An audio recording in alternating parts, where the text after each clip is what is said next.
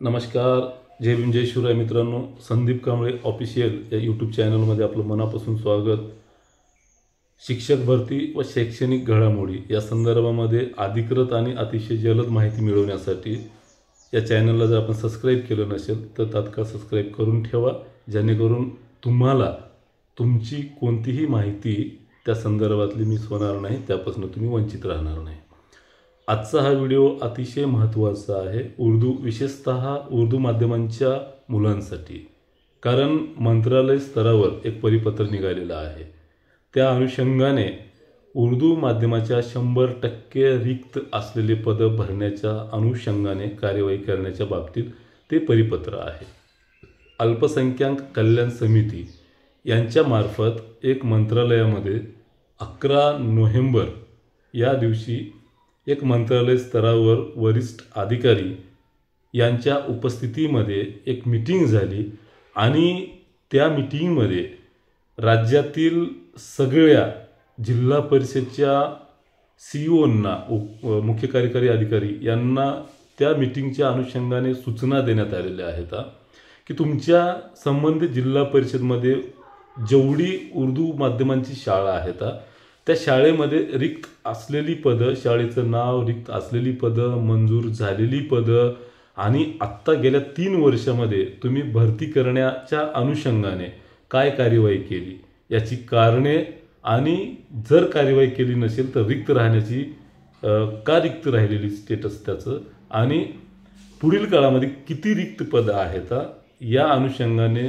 त्या समितीचा, अल्पसंख्याक कल्याण समितीच्या माध्यमातून ज्या शिफारशी केलेल्या होत्या त्या अनुषंगाने त्याचा पाठपुरावा म्हणून त्या ठिकाणी तात्काळ असं 16-17 नोव्हेंबर या दिवशी राज्य शासनाने एक परिपत्र काढलेलं आहे, शासन निर्णय काढलेला आहे. सगळ्या जिल्हा परिषदच्या आस्थापनांना, जिल्हा परिषद शिक्षणाधिकारी व CEO यांना या अनुषंगाने तात्काळ त्याची कार्यवाही करावी आणि रिक्त असलेल्या पदाचा जो काही गोषवारा आहे ते शिक्षणाधिकाऱ्यांनी त्यांच्यामार्फत CEO यांच्याकडे देण्यात यावा, अशा पद्धतीचा त्या ठिकाणी गोषवारा काढलेला आहे. आणि अशा पद्धतीचं महाराष्ट्र शासन कक्षा अधिकारी अल्पसंख्याक विभाग यांच्याकडनं ते परिपत्र जारी करण्यात आलेलं आहे.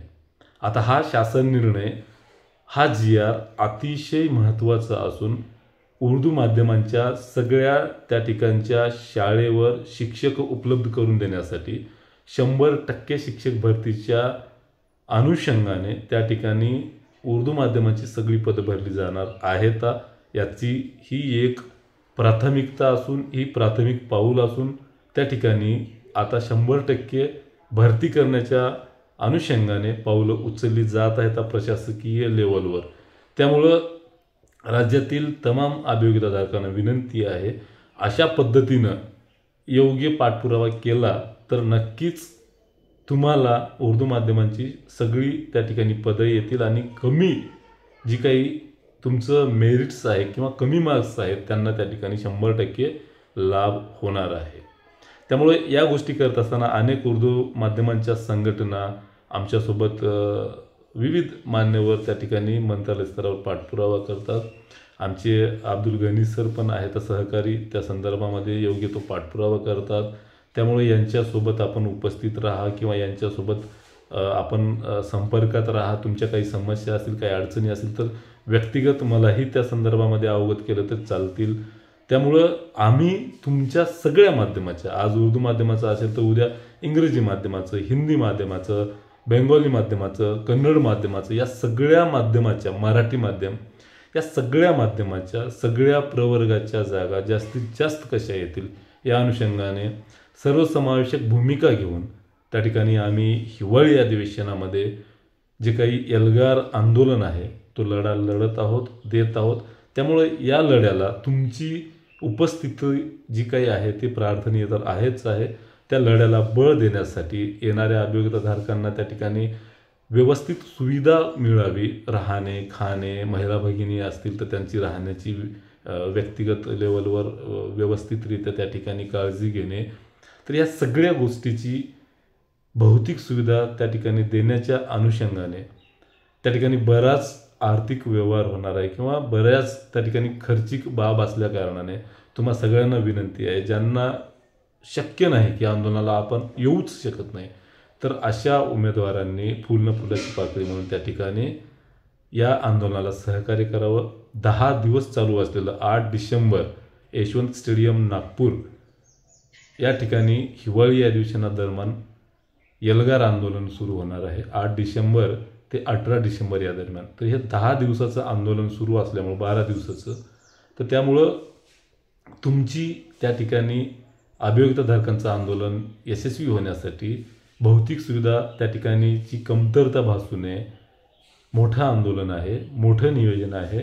राज्यातील कमीत कमी 2000 ते 3000 उमेदवार त्या ठिकाणी येणार असल्या कारणानं तर तुमची एक प्राथमिकता आहे की दुसऱ्या बाजूला संचमान्यता धोरण कशा पद्धतीनं जुलमी निर्णय त्या ठिकाणी आलेले आहेत. तर त्यासोबतच कंत्राट शिक्षक भरती करण्याचं त्या ठिकाणी शासनानं ॲफिडेव्हिट सादर केल्यामुळं त्यालासुद्धा आता न्यायालयाचं संरक्षण मिळालेलं आहे.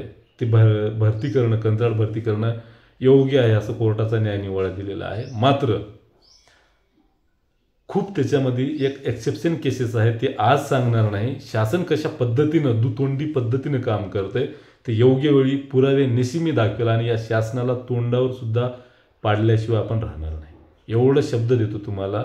आणि ही कंत्राट भरतीची प्रक्रिया, समूह शाळा योजना, ह्या सगळ्या गोष्टी आणि शिक्षण सेवकांचं मानधनवाढ हा पण आपण विषय घेणार आहे. 1 बिंदू 1 पद हा पण आपण विषय घेणार आहे. समाज कल्याण, आश्रमशाळा, अल्पसंख्याक शाळा या शाळा पवित्र पोर्टलला भरती करण्यात यावीत हे पण विषय घेणार आहेत आपण. त्यामुळं रजिस्ट्रेशन हा विषय नाही आहे, रजिस्ट्रेशन ते होणारच आहे. तुम्हाला सांगितलं की शासनाचा GR येणार आहे, त्यानंतर ती कार्यवाही होईल आणि सगळ्यात महत्त्वाचं MECकडे आपला रिझल्ट आहे, त्यानंतरची ती कार्यवाही आहे. त्यामुळे त्याच्यासाठी आता हा लढा राहिला नाही. म्हणून तुम्हा सगळ्यांना वेगळं न सांगता तुम्ही स्वार्थी बना. स्वार्थी यासाठी बना की तुम्हाला नोकरी लागायची आहे, तुम्हाला नोकरी पाहिजे यासाठी स्वार्थी बना. आणि तुम्हाला नोकरी पाहिजे यासाठी तुम्ही स्वार्थी बनत असाल तर तुम्हाला घराच्या बाहेरच पडावं लागेल, आंदोलनात सक्रिय सहभागीच व्हावं लागेल. यापेक्षा आता वेगळं सांगणार नाही. कारण झोपलेल्या माणसाला जागी करणं सोपं असते आणि तुम्ही जर सोंग करणार असाल झोपीचं तर तुम्हाला इंद्रदेव बी उठवू शकणार नाही. त्यामुळं आजच जागी व्हा, शुद्धीत या. शुद्धीत आलात तर फायद्यात राहाल. त्यामुळं जास्त न वेळ घेता उर्दू माध्यमांच्या संदर्भामध्ये ज्या पद्धतीनं काम सुरू आहे तसंच इतर सगळ्या माध्यमांच्या संदर्भामध्ये कार्यवाही आपली सुरू आहे, पाठपुरावा सुरू आहे. जास्तीत जास्त कशी पदं येतील, एक्सेप्शन केसेसवर आपण काम करतोय. त्यामुळं निश्चिंत राहा. जास्तीत जास्त पदं आणण्यासाठी आपला पाठपुरावा सुरू आहे. आणि जर तुम्ही असेच जर झोपेत राहिलात तर तुम्हाला 150 मार्क जरी पडले, 160 जरी मार्क पडले तर त्या मार्क मेमोची फक्त गुंडाळा सुरळी करायची आणि जिथं टाकायचं तिथं टाकायच्याच कामाला येईल, बाकी काहीच अर्थ उरणार नाही मित्रांनो. त्यामुळं तुम्हाला विनंती आहे, तुमच्या गुणवत्तेला जर वाव मिळायची असेल आणि तुम्हाला संधी उपलब्ध व्हायची असेल तर आता तुम्हाला तीव्र आंदोलनाशिवाय पर्याय नाही. म्हणून विनंती करतो, हक्कानं सांगतो, राग आला तरी चालेल, पण वस्तुस्थिती स्वीकारा. फार वस्तुस्थिती गंभीर आहे. त्यामुळं जास्तीत जास्त लोकांनी, अभियोक्ताधारकांनी, भावी शिक्षकांनी आंदोलनामध्ये सक्रिय सहभागी घ्या.